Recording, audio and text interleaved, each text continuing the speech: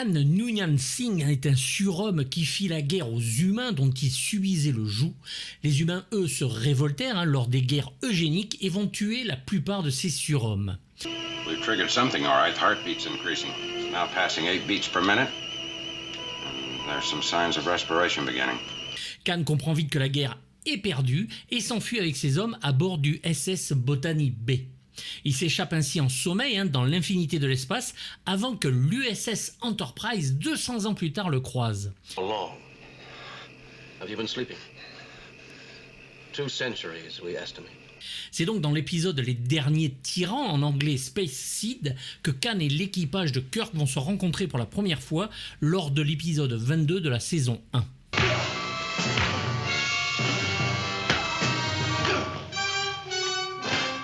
Dans l'épisode de Star Trek, c'est Kirk qui prend la décision de ranimer l'équipage de Khan et celui-ci va s'emparer de l'Enterprise. Il veut reconquérir la Fédération. Kirk et Spock vont bien sûr gagner la bataille et les exiler sur une planète, Ceti Alpha 5, planète habitable mais rigoureuse. Spock, I believe our heading takes us near the Ceti Alpha star system. Quite correct, Captain. Planet number 5 there is habitable. Kirk et Spock espèrent qu'ainsi ils pourront créer une civilisation qui leur convient sans risquer de détruire des mondes. Although a bit savage, somewhat inhospitable. But no more than Australia's Botany Bay colony was at the beginning.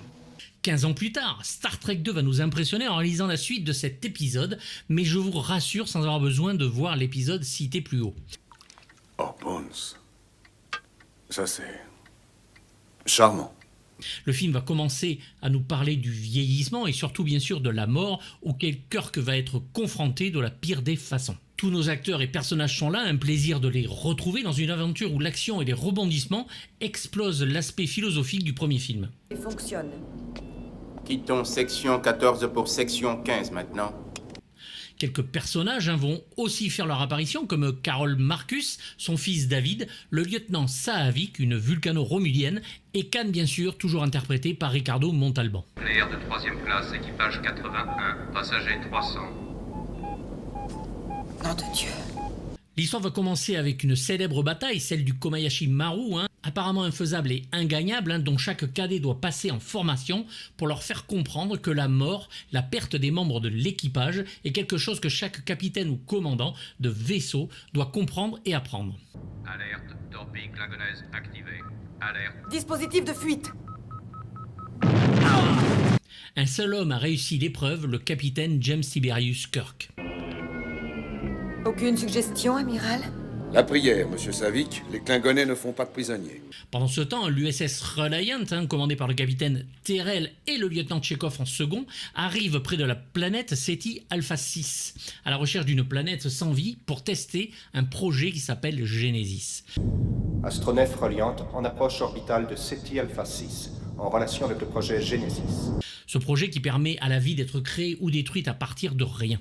Khan est retrouvé, il prend les commandes du Reliant et va aller affronter Kirk dans le froid de l'espace, n'ayant que sa vengeance en tête.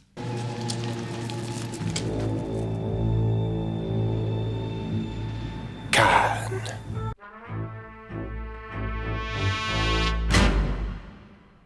Autour des lunes de Nibi, je le pourchasserai sans pitié, ou bien autour d'Antares et de son Maelstrom. Le premier titre de la colère de Khan était La vengeance de Khan, mais la rumeur veut que Lucasfilm, travaillant sur le 3e opus de Star Wars, La revanche du Jedi, premier nom qui va devenir plus tard le retour, Paramount en fit changer le titre. Ceci dit, cet épisode est non seulement ultra rythmé, mais il va prolonger directement un épisode de la série tout en proposant quelque chose d'unique, le vieillissement d'un héros et sa relation avec la mort qu'il n'a jamais voulu ou pu affronter. J'ai reprogrammé la simulation pour que le sauvetage du navire soit possible. Il a triché. J'ai changé les conditions du test. Le Kirk de chez J.J. Abrams, d'ailleurs, retravaillera cela aussi, mais d'une autre manière, cette capacité à ne pas vouloir affronter la mort en trichant aussi avec elle. Et cela a marché jusque-là, jusqu'à cet épisode, au final, absolument éprouvant de Star Trek 2. Comme dans le premier film, tous les acteurs principaux sont là, à l'exception de Grace Lee Whitney et Majel Barrett, dont les petites apparitions dans le premier film deviennent carrément enlevées ici. Le film est produit par Robert Saline et Harvey Bennett, un heureux producteur pour ce dernier, de L'homme qui valait 3 milliards, Le riche et le pauvre ou L'homme invisible, et bien sûr Le nouvel homme invisible à la télévision. Et c'est le grand Nicolas Meyer qui va non seulement réussir le film, mais aussi l'écriture. Bennett va regarder l'entièreté de la série Star Trek et sélectionner celui avec Khan pour en faire une suite. Il s'attaque à moi. Il s'attaque à moi et je veux avoir sa peau.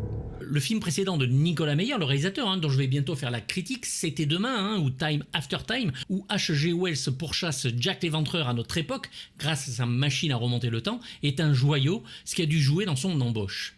Il va écrire plus tard Star Trek 4 et surtout le 6, dont il prendra aussi la réalisation, et encore une fois réussir le pari d'un film rythmé et abouti. Il sera aussi le scénariste de Liaison fatale, d'Adrian Lyne, Compagnie Business, qu'il réalise, ou Somersby de John Amiel. À la télévision, il calmera le monde avec le téléfilm Le jour d'après, sur un conflit nucléaire et la survie des habitants d'une petite ville face au cauchemar. Sous l'eau, toute la puissance pour les phaseurs. Trop tard. Allez-y. Ce sont Meyer et Bennett qui vont peaufiner le scénario original de Jack B. Sowards, un scénariste télé, pour que l'atmosphère du film ait ce rendu. Une rumeur veut que plusieurs fins aient été écrites, mais de l'aveu même des créateurs, celle qui est écrite fut celle qui fut tournée. De l'aveu même de Nicolas Meyer, il ne connaissait pas la série, et c'est après l'avoir vue qu'il va garder ce qu'il trouve de mieux, tout en restant fidèle au produit d'origine. Ainsi, vous n'avez pas oublié, amiral. Quel honneur. La production de Star Trek 2 va commencer le 9 novembre 1981 au studio de la Paramount et les acteurs se retrouvent, surtout les deux principaux, qui vont évoquer leur succès télévisuel du moment. Michael Eisner, président de la Paramount, va parier sur un jeune réalisateur et un producteur de télé. On ne peut pas dire qu'il se soit trompé. Assez étonnamment, Gene Roddenberry sera lui écarté du projet, même si le script lui est quand même envoyé. Le tournage va commencer sur le pont de l'Enterprise, le même que celui du premier film, mais changé à la demande du réalisateur pour avoir l'air plus fonctionnel. Plusieurs conseillers techniques vont aider à cela, Lee Cole par exemple, qui va rassembler le plus de sources possibles sur l'aérodynamisme et la NASA pour que les écrans et les images projetées fassent le plus réel possible. Monsieur, nos boucliers s'abaissent. Relevez-les vite! L'Enterprise se voit dotée par exemple d'une cloche de navire, d'un sifflet de manœuvre et d'un effet de signal par lumière alternative.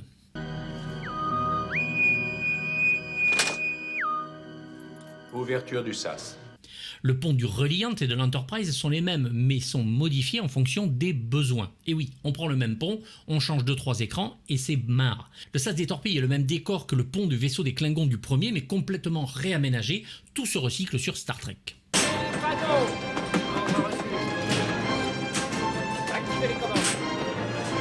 Les appartements de Kirk et Spock sont aussi modifiés pour mieux ressembler à leur propre personnalité.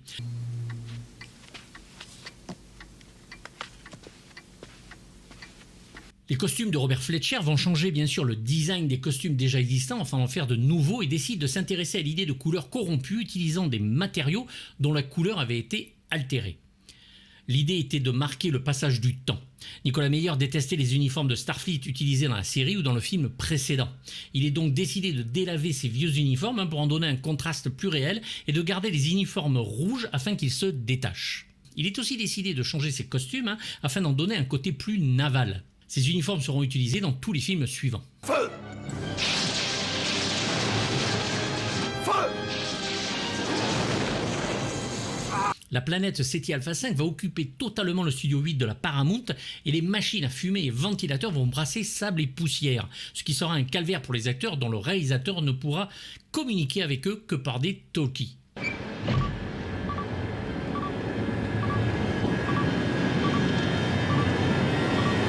La production se terminera le vendredi 29 janvier 1981 et c'est aux effets spéciaux embarqués par les Navy Seals des effets ILM que la magie va opérer et qu'ils finiront mi-avril. Le film va sortir à temps et va engranger 78 millions de dollars aux États-Unis, dont plus de 14 pour le premier week-end, ce qui est un record à l'époque. Plus de 97 millions à l'international, le film gagnera moins que le premier film, mais ayant coûté bien moins cher, seulement 11 millions, la Paramount est heureuse et va enclencher directement la production du 3. En France, un peu plus de 205 000 spectateurs vont aller voir le film. Ce n'est décidément pas le pays des Trekkies à l'époque.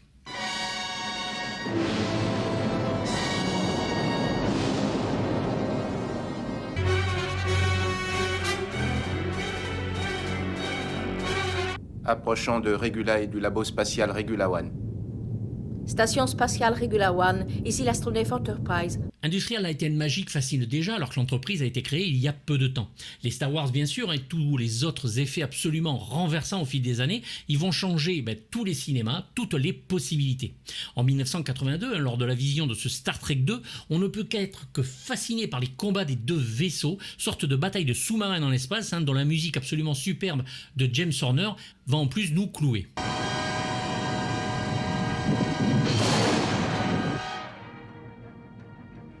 Effet optique absolu, matte painting superbe et maquettes renversantes pour l'époque, vont être nécessaires pour marquer le film et faire un virage à 180 degrés en rapport au premier.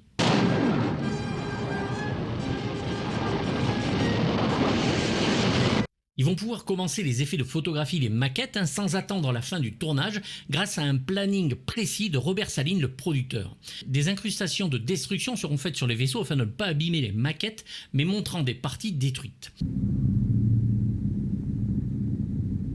La nébuleuse est créée avec du latex et de l'ammoniac et ils vont éclairer le tout avec différentes couleurs.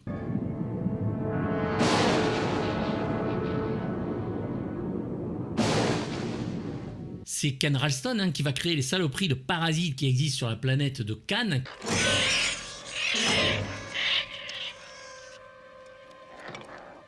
Qui vous rentre dans l'oreille et vous laisse dominer. Plusieurs tailles vont être créées, dont une oreille géante, et la bestiole tirée par un fil pour rentrer dans le trou.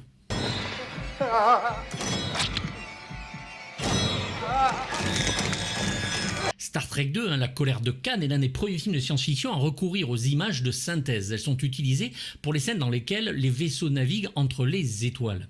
Leur placement est créé à partir d'une vraie carte du ciel, notamment lors de l'ouverture du film. C'est ILM qui va s'occuper de la séquence bien sûr Genesis, durant laquelle la végétation se met à apparaître en accéléré.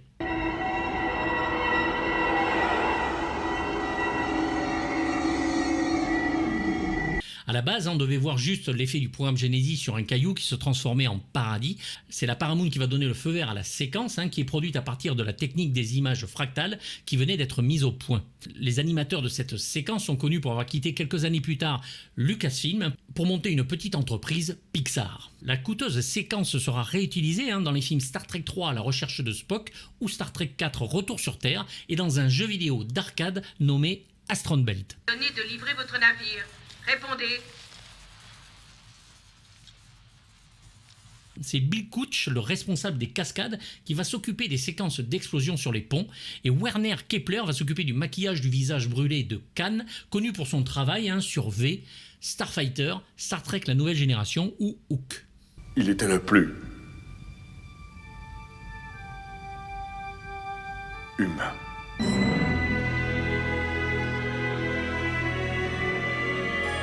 Non! Vous contamineriez tout le compartiment! S'il y a une chance, non! Il est déjà mort!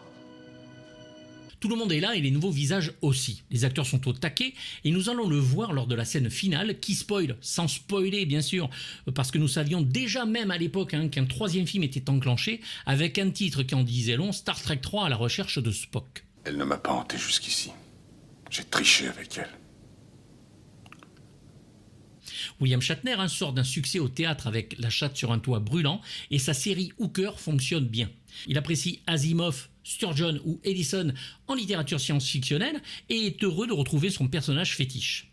Dans le film, l'humour y est beaucoup plus présent et le personnage de Kirk, même s'il est toujours vaillant et débrouillard, va se retrouver cette fois papa, chose qu'il n'attendait pas.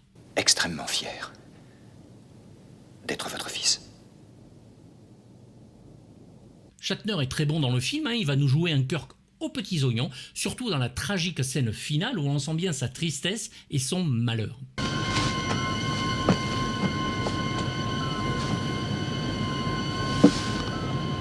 Kirk, le vieillissement, la mort, alors que le personnage a toujours combattu ces facteurs, voilà une idée merveilleuse qui contribue à rendre le personnage beaucoup plus intéressant. Il est toujours doublé dans le film par Sadie Rebo. La logique a dicté avec clarté que ce qui est utile à beaucoup l'emporte sur les désirs du petit nombre. Ou d'un seul.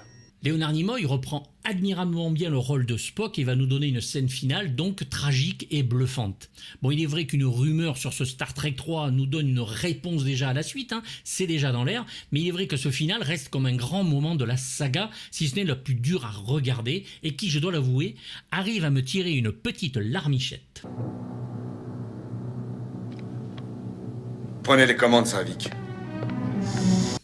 La musique, le fauteuil vide, Spock aveugle qui se cogne à la vitre, un moment dur à regarder pour tout fan de la saga.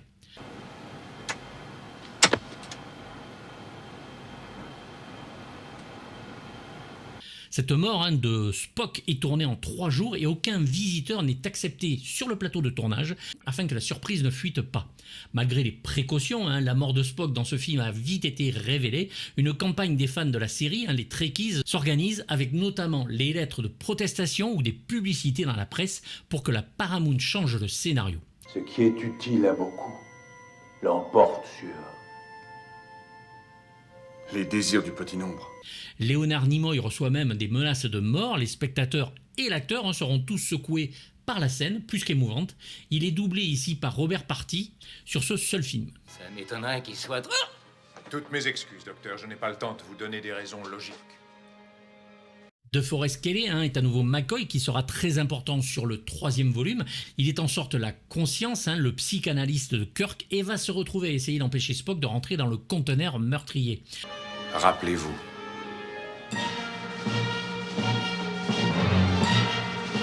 Ce qui va enclencher les événements du 3e volet. James Doohan, Walter Koenig et George Takei font aussi leur retour, ainsi que Uhura, joué par Nichelle Nichols, qui nous a quittés malheureusement le 30 juillet 2022. Je te poignarde, mon dernier souffle. Je le vomis sur toi. Khan revient donc, toujours sous les traits du grand Ricardo Montalban, acteur originaire du Mexique, qui a joué dans un nombre incroyable de séries comme Colombo ou L'île fantastique dont il était le héros, une sorte de croisière s'amuse, mais sur une île. Non, monsieur. Vous avez Genesis. Vous ne pouvez pas avoir tout ce... Pleine puissance, imbécile! Il y reprend donc son rôle de Khan Noonien Singh, en la jouant très shakespearienne et absolument très en forme. Il décline vraiment ses textes comme s'il jouait Hamlet et ça donne vraiment bien. Ici l'amiral Kirk. Nous avons essayé une fois à votre façon, Khan. Êtes-vous prêt pour un nouveau match? C'est le grand François Chaumette qui fait sa voix en version française, grand acteur de théâtre et de voix, notamment celle de Hal, l'ordinateur de 2001. Pour le cinéma qui nous plaît, Ricardo Montalban a été vu dans Les Évadés de la planète des singes et sa suite, La Conquête, méchant de Y a-t-il un flic pour sauver la reine, et à la télé, bien sûr, Les Mystères de l'Ouest, Zorro ou Arabesque. Soyez parés. Cap et trajectoire parabolique afin d'éviter d'entrer dans la zone neutre. À vos ordres, commandant. Kirstie Alley joue donc le lieutenant Saavik, vulcano-romulienne, où elle est excellente. Elle sera malheureusement remplacée sur le 3e épisode de la saga. On la verra dans Runaway de Michael Crichton, Randonnée pour un tueur de Roger Spottiswoode, va cartonner dans la série des films Allô maman ici bébé et va jouer pour John Carpenter dans Le Village des damnés. Elle est doublée ici par Sylvie Fate que l'on adore.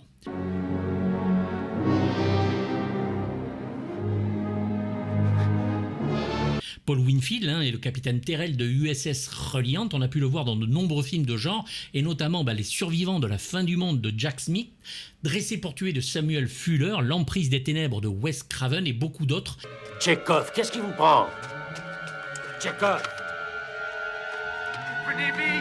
Et c'est le rôle du lieutenant Ed Traxler dans le Terminator de James Cameron qui reste dans nos mémoires. Il est ici doublé par l'excellent Marc de Géorgie, rappelez-vous, le shérif Teasle dans Rambo 1. Comment oses-tu dire ça? Jamais il a été question que nous vivions ensemble. Le docteur Carol Marcus, créatrice du projet Genesis sur Regula One, est une ex du capitaine Kirk.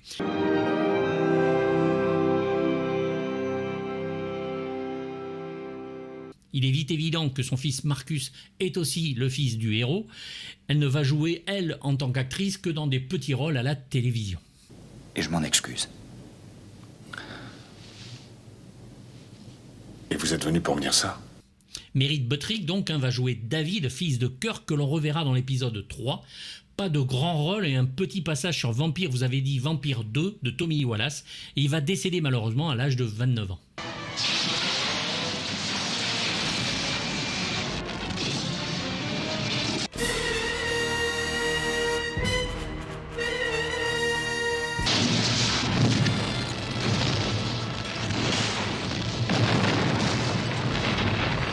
osé faire suite à Jerry Goldsmith, il n'y avait que James Horner pour réussir ce pari fou.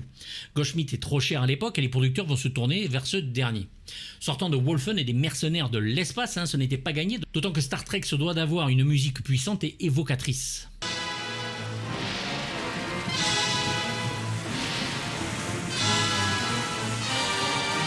Il va relever le défi et faire montre d'une puissance orchestrale absolument monstrueuse, portée par un thème magnifique. On sent que Goldschmidt est toujours son inspiration, il va même réutiliser le thème de la série écrit par Alexander Courage, sans reprendre celui de Goldschmidt à la demande des producteurs, et en écrire un nouveau superbe.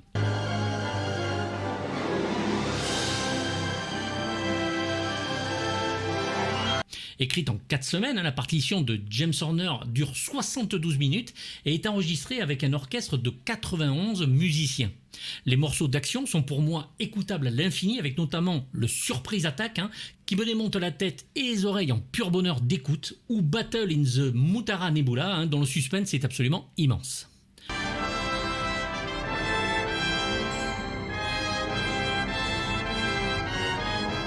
Enterprise Cleans Mooring et le main title, ainsi que les 2 morceaux précités, font montre d'une écriture et d'une direction d'orchestre absolument monstrueuse et surprend tout le monde à l'époque.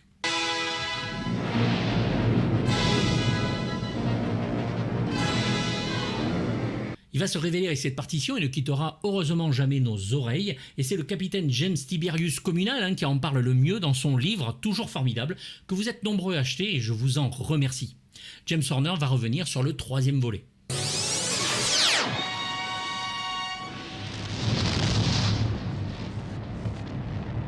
De série télé à grand film, tout peut trébucher. Après un premier film qui s'éloignait un peu par son approche visuelle de ce qui avait été fait avant, ici nous sommes zappés par un vrai film de science-fiction avec des combats superbes par les effets, une réalisation et écriture aux petits oignons. Porté par ses acteurs, Star Trek 2 est fait par des gens qui aiment tout simplement le sujet, cela se voit, plein de rebondissements sans concession, et va réintégrer les personnages pour ce qu'ils sont.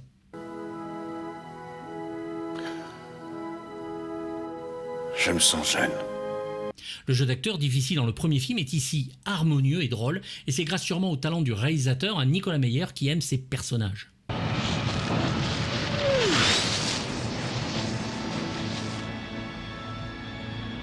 Une version Director's Cut existe en DVD et Blu-ray, mais ne rajoute pas grand-chose. Passionnant, Star Trek 2 mérite largement pour moi un 7/6, c'est un vrai space opéra magnifique, dont on ne ressort pas tout à fait indemne pour peu que l'on aime la série et les personnages, et une histoire bien contée. Voilà, j'espère que vous serez d'accord avec moi, n'hésitez pas à le dire avec des pouces hauts et des pouces bas comme d'habitude, les commentaires auxquels vous savez je répondrai, et n'hésitez pas à me dire tout simplement ce que vous en avez pensé. Pensez à vous abonner aussi, c'est gratuit, et on se dit à bientôt pour du lourd, du très très lourd. Bye bye.